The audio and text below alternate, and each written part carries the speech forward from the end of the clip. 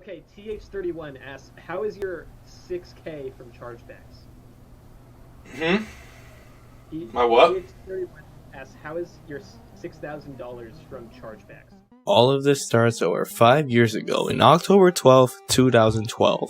Believe it or not, Etzer was an avid TF2 player and an incredibly prolific trader. Over his years, he'd acquired many high-value items. He had started off small and eventually began to trade items of higher and higher value using keys, unusuals, and in-game cosmetics. Another thing to note about these trades is that they sometimes involve large amounts of money, sometimes exceeding $1,000 US. For a while, things were going pretty well. Nothing noteworthy really happened. That is, until April 14th of 2016, when Etzer used a chargeback system on PayPal in order to refund $5,500 US and possibly more worth of trade offer purchases. Now, you may be wondering why this is a big deal. He could have just refunded the trades because he didn't like them, right? Unfortunately, this was nowhere close to his intention. The thing about a PayPal chargeback is that it only refunds the transactions of funds, not the items that were traded. So, effectively, Etzer took back all the money he had given to these people. They were left without the cash he had been given, as well as the items they had given up in the first place. In the end, he was left with the money he returned and an in-game inventory worth over $13,000. Now, these are some pretty lofty claims. $5,000 is no joke. However, this isn't mere speculation. We have plenty of evidence to show that the events depicted happened exactly as stated. For one, let's start with the most visible, publicly accessible evidence. Etzer's trust page on backpack.tf. Backpack.tf is a TF2 trading site where you can link your Steam account. It keeps a record of not only your inventory of items, but also of your net worth from before and now. Etzer has an account on the site, as is to be expected of a serious trader. So what's so incriminating about this? Well, if we head over to the trust section, you'll see that it's full of negative reviews, all posted on the day of April 14th, 2016. Each one claims to have been scammed out of various sums of money, ranging from $40 all the way up to $1,400. And then, Etzer inexplicably disappeared from the account 8 days later. Also, the value of his TF2 backpack has fluctuated a lot in a short time span at 2017. This makes it highly probable that he has traded throughout that time. This already looks pretty bad for Etzer, but it's not really confirmation of anything. It's reviews on a trust page. They could have been botted, or faked, or any number of allegations that could be thought of, right? Him abandoning his account could just be an extreme coincidence. Well, don't worry, this rabbit hole goes much deeper. For starters, there's the fact that Etzer was banned from the website and other websites for the exact reason we claimed. Not only that, but there are 3 reports on SteamRep.com trying to get Etzer suspended, all of which are from people who also left trust reviews. However, this is nothing compared to the witness testimony. Yes, we were able to successfully contact many of the victims. Their testimony is, well, completely damning to say the least. The first person we were able to get into contact with was Frozec. Frozec lost a total of $900 due to Etzer's trading shenanigans. According to Frozec, Etzer made no attempt to contact them or redeem their purchase in any way. You'll notice as we go along that this is a pretty common theme. In addition, they also provided a link to a Steam group started by victims of Etzer's scamming. Notice how this group was created 2 years ago, exactly when all this shit went down. Now, finding this place gives access to tons of Etzer's victims. What do they have to say about it? Optimizer is yet another victim of Etzer's scamming, claiming to have had $40 stolen. He was not found in the aforementioned Steam group relating to this entire fiasco, but he did leave a review on Etzer's trust page. When asked about Etzer, he told us that Etzer charged back a PayPal transaction and then disappeared, never to contact him ever again. This is just like Frozec's experience, and as you'll come to see, it is similar to many others as well. Next is Half a Mustard. Like Optimizer, he was not in the group created by victims of Etzer, but he still left a review on Etzer's trust page. Half a Mustard claims to have been scammed out of $1,280. Again, like Frozec and Optimizer, he claims Etzer had made no attempt to contact him or redeem his purchase in any way, shape, or form. Pretty cut and dry. Yet another victim of Etzer's crimes, Bob lost $750 in Etzer's spree of chargebacks. Not much to say other than that, but once again, Bob claims Etzer made no attempt to contact him or redeem him in any way. And, as you may notice, Bob did not actually leave a negative review on Etzer's trust page. This, to us, shows that there could easily be other victims out there who just never bothered to reach out. It's certainly not out of the realm of possibility. Lord Pickle got scammed $550 trading away in unusual. As you can see from this documented trade history, It goes from the possession of Lord Pickle to Etzer. And while Lord Pickle was unable to find screenshots of the chargeback email, the history has strong credibility. Like many other victims, he was in the Steam group and left a review on Etzer's trust page. However, he also tried to file a report against Etzer 2 times no less. The dates are all consistent with the time of the incident, as well as the history, making his word very trustworthy. Just is another victim who was found in both the Steam group and on the trust page. However, his case is a bit interesting. Just was scammed out of $200 trading away a rare knife, as it can be seen here. This shows proof that Etzer was involved with this, since he had stated that he added a trading offer in his TF2 Outpost account, which is linked to his Steam account. You may also notice that this trade is concentrated on CSGO, as there are no TF2 items here. This means Etzer had not only charged back trades from TF2, but also from CSGO. Yes, there could possibly be more victims not in contact on TF2, but this proves that there could be more from other games. Now, you may be wondering where all the evidence is. I mean, witness testimony is great and all, but those people could have possibly set it up or something, right? Well, for one, that's a really stupid thing to say, considering their Steam profiles are linked through the trading website. But even if that wasn't the case, this is where we get into the cold, hard, indisputable shit. And it starts with this guy, also known as Some Dude. Some Dude is yet another victim of Etzer, having $92 taken from him. However, Some Dude doesn't just attest to this happening, he has actual screenshots of not only the trade, but also the chargebacks. As you can see, it lines up perfectly with the dates. However, you might notice something in this, the name attached to them. The PayPal account is listed as Zeroff.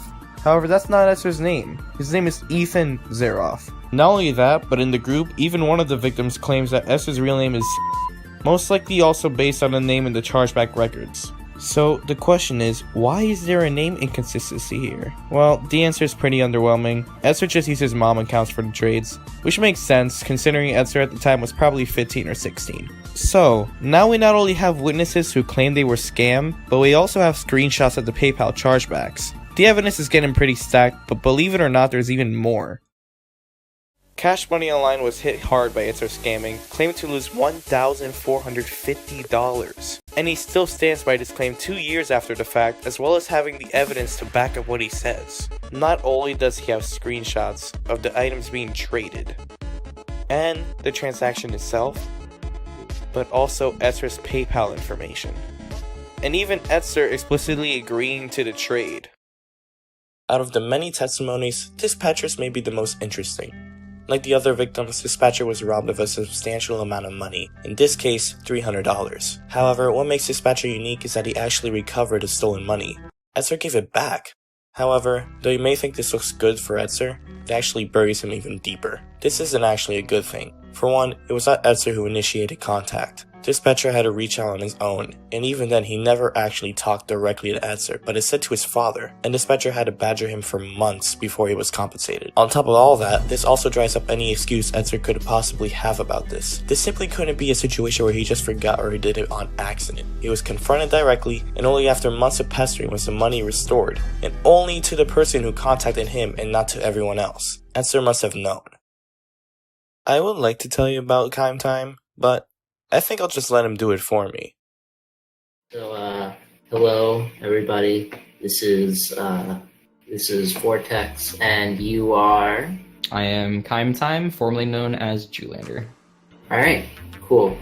All right. So, first question: what is your place in the TF2 community? What are you most known for? / what are your most notable achievements?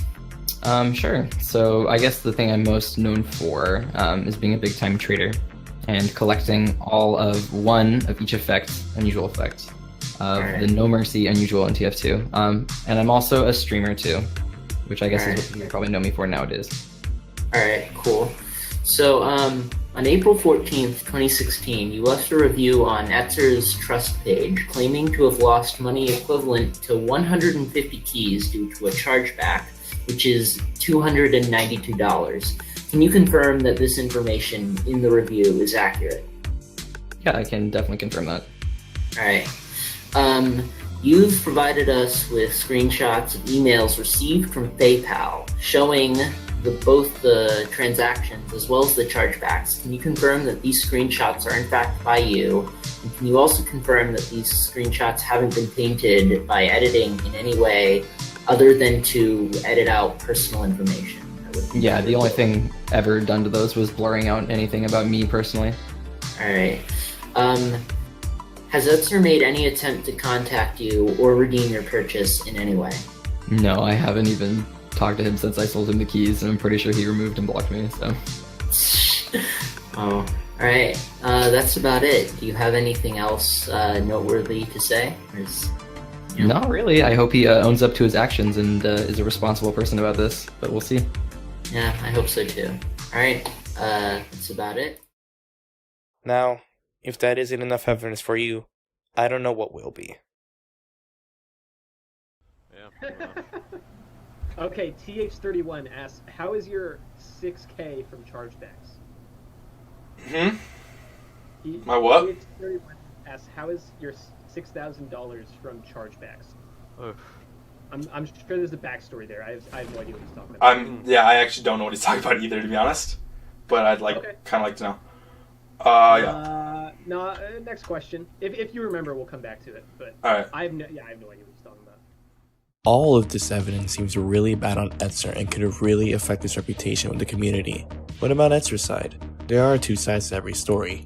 While Etzer was doing a public Q&A with Boomkitty and others, I asked him a question related to the situation. His response was, well, unsatisfactory. However, he sent me a friend request after saying he didn't know what I was talking about. I was waiting for his response, but he was seemingly playing it like he was oblivious. After sending another message and next day pressuring him, he finally gave some answers. Etzer first makes a lengthy yet also vague response to the situation. He admits that he did not mention it on stream because it was a sensitive subject. He claims that the entire situation stems from a gambling addiction he had linked to TF2, and even goes as far to say it landed him in the hospital. However, there are two important things of note here. 1. He says that he's incapable of accessing his account and is unable to give the items back. And 2. He's tried to deal with it on an individual level, which seems to imply that he attempted to settle the claims directly with victims. You should already be seeing problems with his narrative, but let's just put this aside for now. In response, I call into question how much he actually tried to settle the disputes, bringing up how he didn't pay back his cent, as well as inferring that he might not have been really trying that hard to get back into his account. Surprise, surprise, he doubles down. He claims for the past 2 years, he's been working with the victims and paying them back when possible, even saying if he could find anyone and had the money, he'd pay them back. He also further elaborates on his inability to gain access to his account. Lastly, he says that he's tried to get Valve to give the items back, but they refused. It's at this point you can see Etzer's defense coming apart. If you somehow don't remember, out of the 10 victims interviewed, only 1 said they were able to get their stolen money back, and he had to contact Etzer's father directly and beg for months. Let me repeat that it was the victim that had to contact Etzer, and not Etzer who reached out to the victims. Even if there are other victims that we did not know about that he was busy paying back, why is it that the victims who are most easily accessible to him through his own trust page didn't receive one bit of communication, not even to let them know that he was working to pay them back? It seems like a direct contradiction.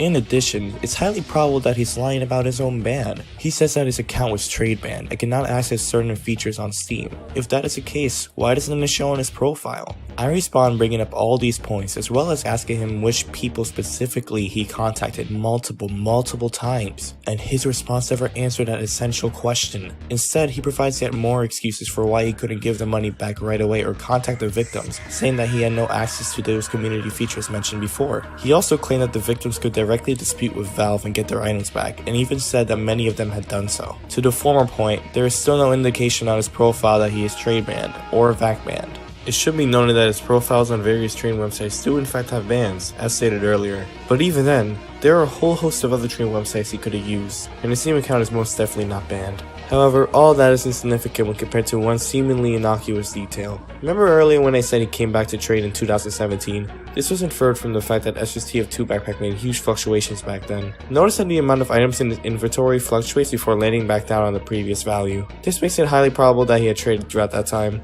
That said, the latter of these two claims are impossible.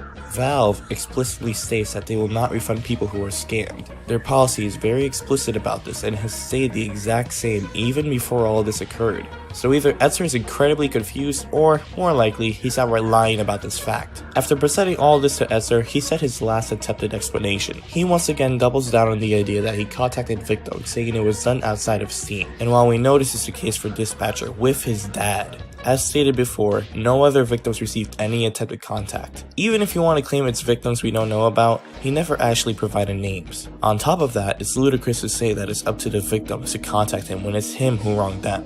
There is one thing we did not address about Etzer's responses, his claims of why he charged the purchases back. Etzer, throughout his responses, claims that the chargebacks were due to an error on the part of the bank. For spending exuberant amounts of money on TF2, the bank automatically charged back all purchases between a certain time period. Now I could go into some reasons why this doesn't really add up, such as how a bank can't charge back any purchases without the permission of the cardholder, but frankly it's actually somewhat believable. Your card issuer, aka the bank, can do this sort of thing with your permission, and they can make mistakes. This sort of situation has happened even within the community. Slice, one of CrazyMan50's top donators, had all of his donations charged back after his parents tried to charge back a single fraudulent purchase. So it's not too much of a stretch to say something similar could have happened to Etzer. However, it's also reasonable to assume that the bank would have fixed an error like this after 2 years, and this is giving him the benefit of the doubt. Assume that they did it without his permission, which is frankly impossible. And even then, the reason I didn't mention it is because it simply doesn't matter. Even if the chargeback itself was somehow a 1 in a million freak accident, the fact of the matter is that Etzer didn't do jack shit after all this time to pay anyone back. As stated countless times before, the victims never received any contact from Etzer or a representative of Etzer unless they were the one who initiated it. And even in that case, it took months and months to actually get what they deserved. The simple fact is, whether or not the chargebacks were intentional, Etzer still made off with all that money and never paid it back. All of this begs the question. What does all of this mean? What does it mean for the victims, for Etzer, and for the community at large? Well, what it means first and foremost is that Etzer is a criminal. According to US law, Etzer has committed fraud. This also means Etzer's a liar. Etzer stated to me that he only discloses one-on-one to people who have found out. There is another much less in-depth video about this topic in which the poster claimed Etzer had apologized for his actions. Even if he did apologize, what does it matter? He still hasn't given any of the money back. Think about the potential implications of this. Etzer is undoubtedly the golden boy of Geometry Dash. He's beloved and trusted, so much so that he hosts game-wide competitions. And this whole time, Etzer was hiding his nefarious deeds. REUPLOAD, as well as the community at large, has put their trust in a thief and a criminal. That, to us at least, is a pretty scary thought. So what's Etzer's course of action moving forward? How can he possibly redeem himself after this? And well, the answer is that it won't be easy. However, we feel that what he could do right now is publicly apologize, but the best thing would be to refund all the money he stole. No matter which way he chooses, we feel that whatever he does next to redeem himself should start with that.